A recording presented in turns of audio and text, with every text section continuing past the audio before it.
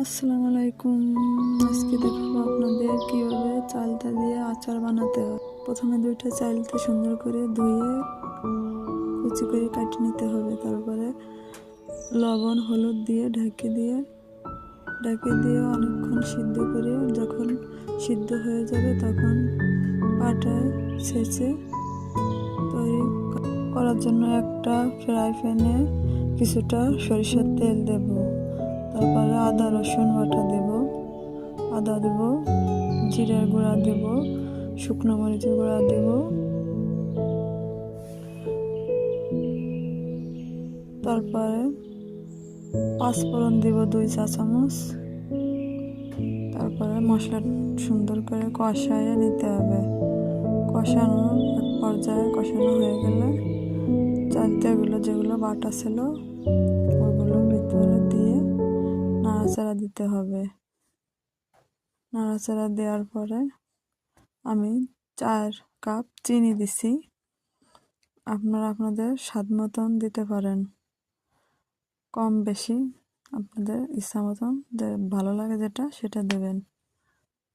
পরিমাণটা আমি একটু বেশি দিছি, আমি মিষ্টি পছন্দ করি, তার জন্য আপনারা চাইলে 3 কাপও দিতে পারেন। 3 কাপ দিলেও ঠিকঠাক মতন হবে, আর 4 কাপ দিলে একটু মিষ্টিটা বেশি হবে, খেতে একটু বেশি ভালো লাগবে আমার কাছে, তাই মনে হলো, এই জন্য আমি একটু বেশি দিয়েছি।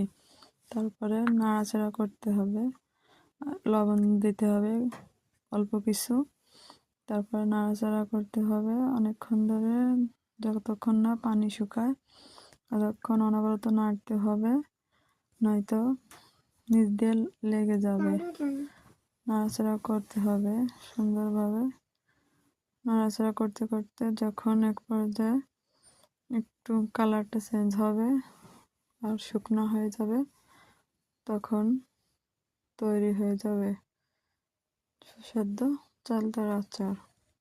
এইভাবে আচার তৈরি করলে আপনি যে কোনো সময় খেতে পারবেন, এবং ফ্রিজে নর্মালে সংরক্ষণ করে রাখলে অনেক দিন যাবৎ খাওয়া যাবে, 6 মাস 1 বছর এরকমও রাখা যাবে, নষ্ট হওয়ার কোনো চান্স নাই। তৈরি করে দেখতে পারেন, অনেক সুস্বাদু এবং লোভনীয় হয়েছে চালতার আচার। ভালো লাগলে চ্যানেলটি সাবস্ক্রাইব করুন এবং লাইক কমেন্ট দিয়ে পাশে থাকবেন। আসসালামু আলাইকুম।